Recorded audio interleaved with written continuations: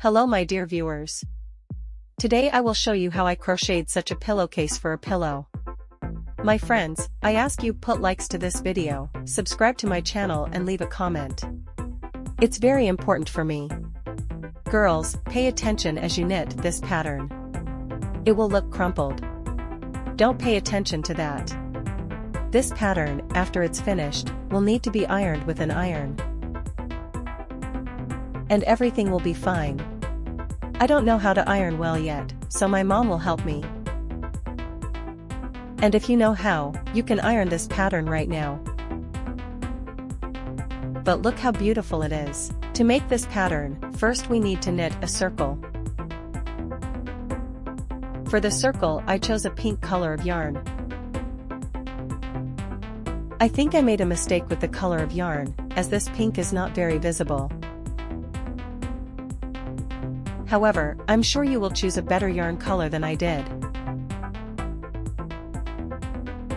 Even if you crochet the whole piece in a solid color, it will be beautiful. But you will spend a lot of yarn of one color, and the product will not be colorful. That being said, I'm sure you'll make a masterpiece. Girls, look, when I've knitted a petal, I make a stitch, without a needle.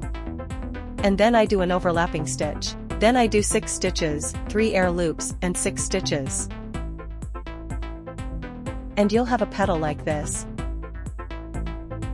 Girls, when I started the circle, I made it small. Because I didn't know how this motif would turn out and how it would look. Then I realized that it is very beautiful, and now as I knit, I will finish the circle. So don't be afraid to knit a small circle. You can always make it bigger. I wanted my pillow to be very bright, so I will knit each row in a different color. Girls, I want to say a few words about my Telegram channel. The link to it is in the description of my channel. There, and put all the most interesting, and I'll tell you a secret that I put their interesting knitting schemes. And much, much more.